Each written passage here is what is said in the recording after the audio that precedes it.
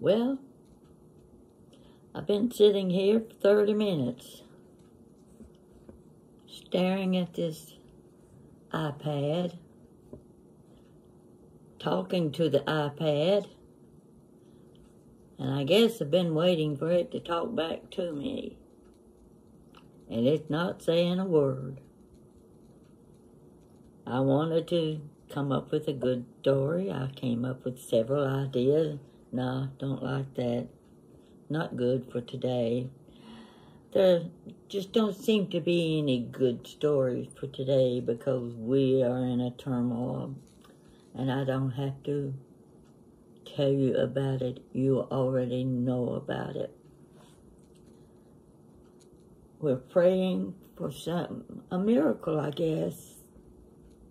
I don't think we're going to get that miracle. So we keep praying anyway. What can I do? How can I help? Now, I don't want to go into it because I cry, and you know I do. And I don't want to cry and be sniffing and wiping my eyes. I want to make as much of this as I can because the sun's not shining. It's been raining day after day after day. And I call Jan. I don't get any good news from her either. And I tell her how much food I've cooked. And there's nobody here to eat it. I'm throwing away a big bowl of potato salad. And it was delicious the first 3 days. But you know, that kind of food won't keep any longer. And I thought, oh, it was so good. Nobody here to eat it. Then I fixed the beef roast because I couldn't get it in the freezer. Got to do something with it or I'm just going to throw it away. And I got it on sale for 99 cents a pound. And when you get something at that price, you have to buy it whether you need it or not. And I did. It was this big. I don't have room for 2 toothpicks in my freezer. And I'm buying a huge beef roast. Well, I cooked that too. Got it all off the bone, broke and divided it up. And would you know, I bought some pulled pork in the deli. Pork barbecue would be good.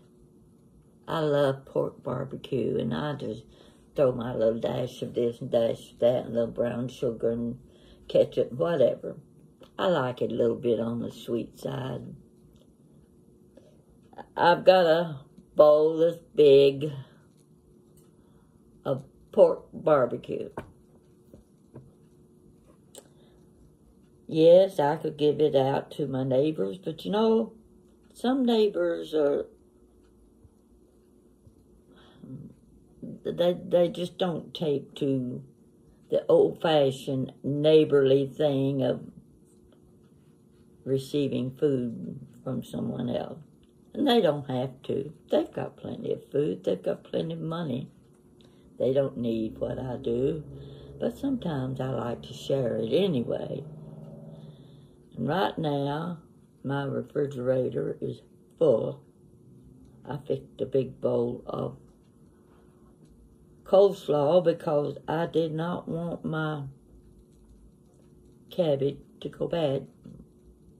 So I cut it off and added my carrots, and my green pepper, my mayonnaise, a little sugar. Oh gosh, it is so good. But it won't last but a day or two. So I don't want to start thinking about those people who need the food, they need the shelter.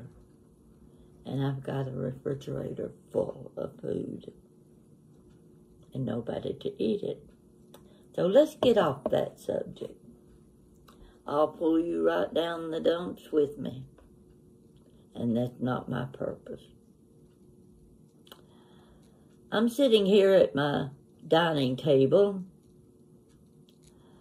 and I've noticed when I have my camera here with the chandelier above me, getting me a much brighter light. I look pretty good today. Got on my gold glasses. They kind of match my shirt. Now I'm going to show you a necklace. I don't wear these necklaces because they're heavy. And I feel like it's just pulling me down. But this one I want you to see. I've got on 2 or 3. But you see this one, it's got this chain. I bought this about 1964. How long is that? 60 years. 60 years ago. And I still like it. It hangs pretty. Used to wear it on my black wool dress. That's when I had a figure. And I wore this necklace a lot. So anyway, and this is one I made. It just, you know, sometimes it works, sometimes it doesn't. So anyway, with my little flowery shirt, the colors all go together. And I said, I need something for a lift anyway. The hair needs washing. What else you want to know? Well, I'll tell you what. Let's do this. Do you go on Facebook very often? I've been on Facebook for years now. I don't even remember when I got on Facebook. I hadn't lived in Lexington very long. I'd moved from Tennessee. And I figured out how to get on Facebook. And my grandchildren and my daughter discovered, Mom's on Facebook. What are we going to do? Well, they've been pretty good about bearing with me and the silly things I say, the advice I give, and the stories I tell. I've told a lot of stories on Facebook. And this is my favorite thing about Facebook is they have a memories section. And the memories records every story I tell on Facebook every day. So when I open up my iPad in the morning, I look to see what's going on Facebook. There's another 1 or 2 or 3 or 4 of my memories. They go way back. I start reading some of the things, and I've told a lot of stories, a lot of short stories. And I read one and I think, I don't remember writing this. That can't be right. But I read it again and I say, well, I guess I did because nobody else knew except me. I must have written this story. So, yesterday, another one. And I've got it here on this, I'm looking at it on this little bitty iPad. And the heading says, ADA 2018. What this is saying is, on September 24th, 2018, my sister Ada died. I wrote a little short passage at the same time. That's been how many years ago? 8 from 24, 6 years ago. I'm going to read it to you. It's Sunday morning. I opened my iPad and began reading. In my Facebook memories, I occasionally run across a short story written sometime in the past. I, of course, love the compliments and the responses relating to my stories. I have to admit that the last people I want as my critics are family. Sisters, nieces, nephews, children, grandchildren. One thing you can count on: they are straightforward in their remarks and say what they think without fear of hurting my feelings. They consider it constructive criticism. It was September 24th, 2018. We were together at my sister's burial service, a time when family gathered together to observe the passing of a loved one, and knowing it has been several years since they last saw each other. It's almost like a family reunion, catch-up time. My sister, Ada, 99, the deceased, was the only person old enough to recall answers to my questions about older members of our family. Questions I continually asked regarding incidents that I had not known about as a child.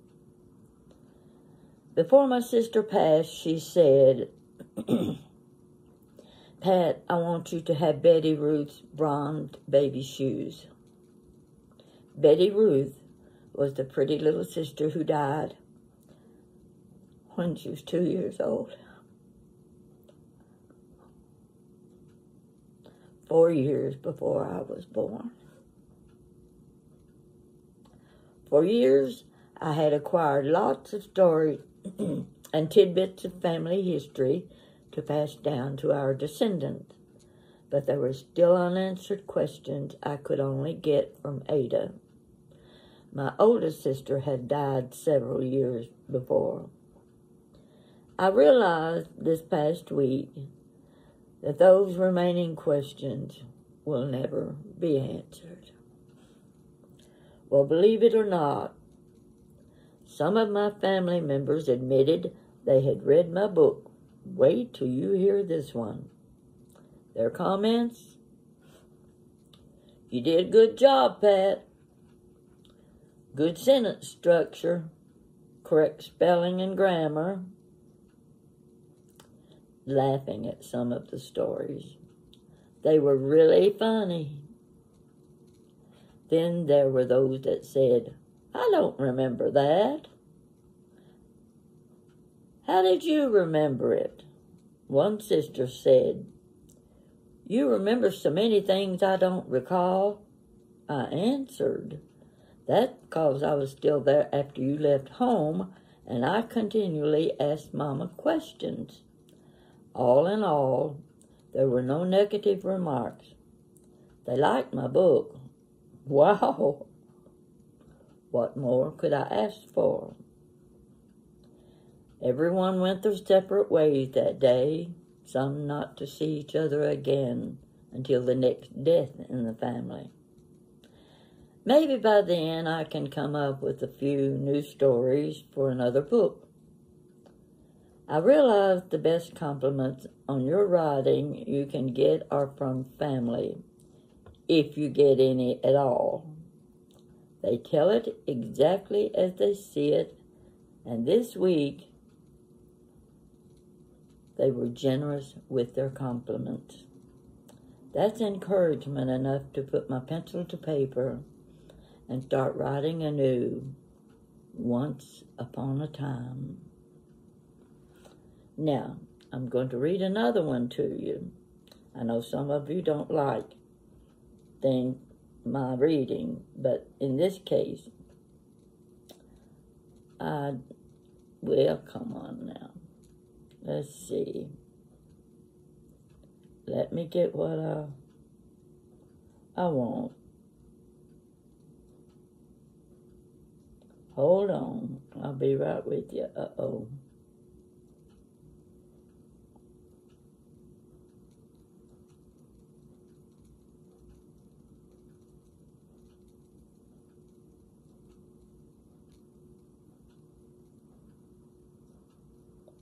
Hang in there.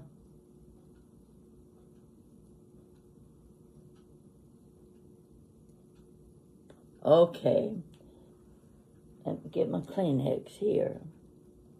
Gotta check my nose a little bit. Okay, you've heard things like this before. And I was on a website where they asked us to write something about where I'm from. And this is what I wrote. This is done several years ago, too. A friend once asked, "Where are you from?" This was my answer.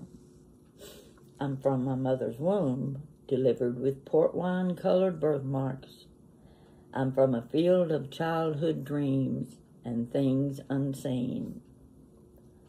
I was a toddler sitting on a little lard bucket, waving clothespin airplanes in the air, watching my sister making mud pies and clover chain bracelets. I was a child climbing to the highest limb of a tall poplar tree, a tree that became my window to the world. The rippling stream below was my passage to the sea. My flight into space was an old wooden swing hanging from a tree limb at the top of the hill. Where I'm from was a home that smelled of fried chicken, fresh apple pie, and the clean flower scent of my mother. She was the mistress of the house and ruled with a firm hand. Daddy was our Moses on the mountain. With Bible in hand, he taught us to live a life untainted by evil or sin. He was our leader, never failing. Where I'm from was a small town of neighbors, a simple white house with a swing on the front porch, swaying with the breeze, a lamp glowing brightly in the window at night, the twinkle of lightning bugs, and a faint sound in the distance of Annie, Annie, over. Where I'm from is a place we all call home. A place where sisters and brothers spent glimmering twilight hours on the front porch, singing in harmony. At evening's end, Mama said, "It's bedtime, kids." We left the porch in single file, followed by the sound of neighbors also calling it a night. All is but a memory now, but today I passed by the lone frame house where the light still shines in the window, and the empty white swing is on the porch, swaying and waiting. I turn to my friend and say,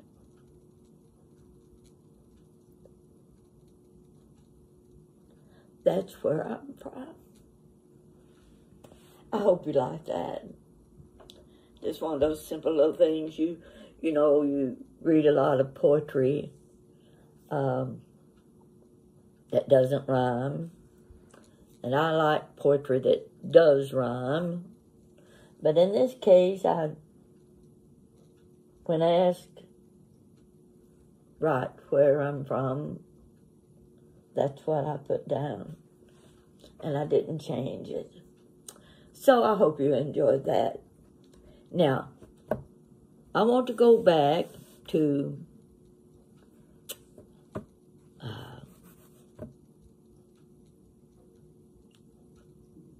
the onions. Onion rings, remember? I didn't really know what I was doing because this is the first time I'd ever made onion rings. But they turned out pretty good. Now, what I want to say is this.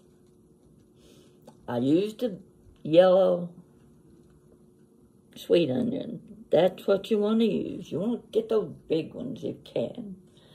Well, I was in Kroger the other day, and they didn't have any big ones, and I got home, and This is the only onion I had, and it was a white onion, but I can still use it to demonstrate what I want to tell you. I'm just going to I don't have to do this in the kitchen. You can go by what I say. You can understand what I'm telling you, and you can do it yourself. Because I've already done more onion rings. I did them last night, and they were delicious. But this is what I did that was different. You take the onion. Let's pretend this is a big yellow onion. It works better because it's kind of flat. You know, it's easier to cut.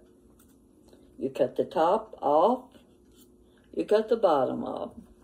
And you peel that first layer of onion off. Now, you would think I'm going to cut onion ring, slice it. You know how you do. You slice them. No, I'm not going to do that. I'm cutting the top off and the bottom off. And I'm going to cut it this way, down this way. I'm going to cut this way, then I'm going to turn it sideways. I'm going to cut again. Now, if it's a big one, you can probably do 4 cuts. You know what that gives you? It gives you onion petals. You know, just like if you open it out, it's going to have little petals all the way around. But you're cutting them all the way down to the bottom. You're taking them, they'll all be loose. I thought about what we questioned with the putting the onion in ice water. I'm not going to put them in ice water. I'm going to see what happens. See if there's any different. So I didn't put the onion petals in ice water, taking a chance on it. I had my little bowl of flour, and by chance, I had saved the leftover batter from the onion rings, and it was in the refrigerator, and I thought, I'm going to take advantage of this because I had half an onion left, and I wanted to use it. So I took that half onion and I cut it. Like I said, I went around and cut it into petals and took them all off. Now you can shake those petals in the bag of flour or dip them any way you want to do it. So that's what I did. I also used a skillet for the onion petals.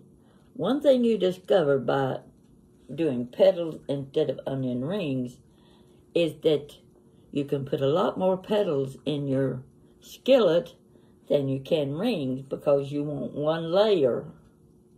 And you're not going to get but 4 or 5 or 6 onion rings in even a big skillet. But with the petals, you can get a lot of petals. So I dipped a few of the petals in the flour, shook the flour off, and then I put them in the batter. Now, for some reason, my batter was thicker than it was when I made the first batch of onion rings. That was good. I picked up the onion petals out of the batter one at a time and put them in the hot skillet of oil, probably at least 1/2 inch deep. You might even want it deeper than that. It depends on how big your skillet is. So I was dipping from the batter into the skillet, 1 petal at a time, until I had that skillet full of petals. By the time you get all of those in there, they're starting to get done. So you start again and you turn them over. Now, if your oil is deep, you may not even have to do that. but I did. So I started turning the petals over. And then, while the second side is browning lightly, I do the second batch of petals. And I quickly take out the first ones, put them on paper towels to drain the grease off. And I start the second batch of petals into my skillet. I had a big bowl full from half an onion. And they were the petals were about the size of these right here. Just bite size. And they're shaped just about like that too. So I had onion petals for supper last night. I ate half of them. They were delicious. They were much easier to do than the onion rings. And when you've got small kids, it's not easy for them to eat big onion rings. But they'll take their fingers, just like I do, and pick it up with their fingers and eat a petal at a time. So I had barbecued pork sandwich, a big dish of coleslaw, and onion rings for supper last night. Fit for a king as far as I'm concerned. But I want to bring you up to date on what you can do, the change you can make in doing your onion. Now just keep in mind, this is a white onion, not a nice big yellow sweet onion. That's what you want, the yellow sweet onion. And you can get a lot of petals out of that onion.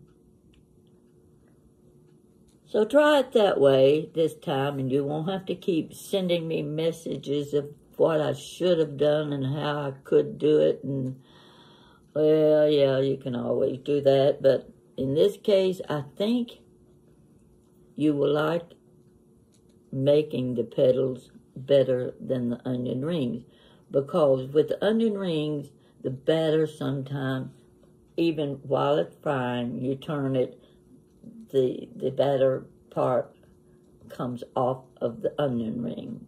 Won't do that with the petals. It'll cling right to that petal. And you won't be able to wait till they get cool enough to eat them. So, I'm looking out. Oh gosh, it's going to be dark soon. It just hasn't been a good week anywhere, anytime. And I still want to emphasize the needs that are needed in the Southeast. Jan was without power for 2 or 3 days. I happen to live right in the middle of town. I'm on the 8th floor. I didn't have to worry. There was a tree fell right in front of the building, but I'm high enough the tree couldn't even hit me. It went below, but it didn't get close to the building. Half a block up, I think they were getting ready for a festival. A neighborhood festival. I don't know what all they had planned to do with booths. You know how people set up their own booths. That got canceled real quick because the trees on the street were falling. Now, the thing about my neighborhood is these trees are 100 years old. You don't know when they're hollow on the inside or not. By chance, the one in front of my building, someone saw it fall. It broke off halfway up the trunk, and when it hit the ground, you could see that tree was hollow inside. It was a 100-year-old tree. So that's the chance we take in this neighborhood if we want the big, beautiful trees. And one year, I looked across the street, big 2-story house, and one of those big trees must have been 3 feet across. I don't know how tall it was. Wham! Right down across the rooftop of that house.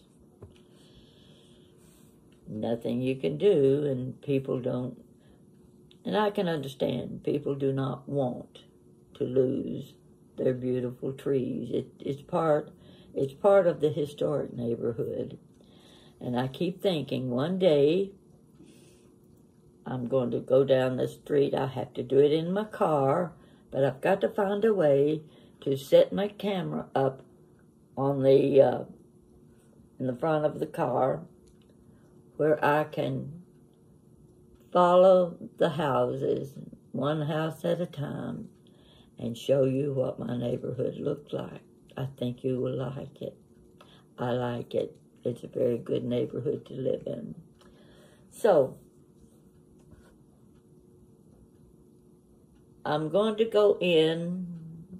I don't know what I'm going to have for supper tonight, but it's got to have corn with it because I bought 3 big ears of corn, and it's time to eat them before they ruin. And before long, we're not going to have that good fresh corn. And I miss it, but I have eaten less this summer than I ever did before. And there's an awful lot of sugar in corn. But I've frozen most of it. Got it in my little jiffy bag. And when winter gets here, I'm going to be making corn pudding. You can't have a better dish than corn pudding. And the chef that gave me the recipe, he was the best. Let's just hope I can compete with him in making corn pudding. That's about all I can think of right at the moment, but I'll show you I'll just show you my picture again of my sister. To think she lived to be 99. I'm 88. I've got 11 more years to go. Then I'll be her age. And I sure wish I would be as pretty as she was. She was a beautiful girl. You got any question? Asked Billie Jean. Did you see Billie Jean do his mother's makeup for her? And the suit she wore and the beautiful shoes. I was actually jealous. Couldn't help me. She looked beautiful for her day with Edith Head. How many of you are old enough to remember Edith Head? Oh, I remember her well. I could almost list all of those wonderful movies where she was the designer. She wasn't that pretty a person, but I'll guarantee you she was very talented, very talented. And I knew when they showed her name on the screen as a designer, I knew I was going to be watching a good movie. So I'm sure Billie Jean will report back to us what he learned at this, I don't know what it was, if it was a celebration, something new, but it had to do with Edith Head. Do you remember her? I remember her well. Have a good night. And bear with me. I'll come up with a story now and then, but times are kind of bad right now, so we just have to go with the flow, as they say, and do the best we can. Thank you for watching me very much. Thank you.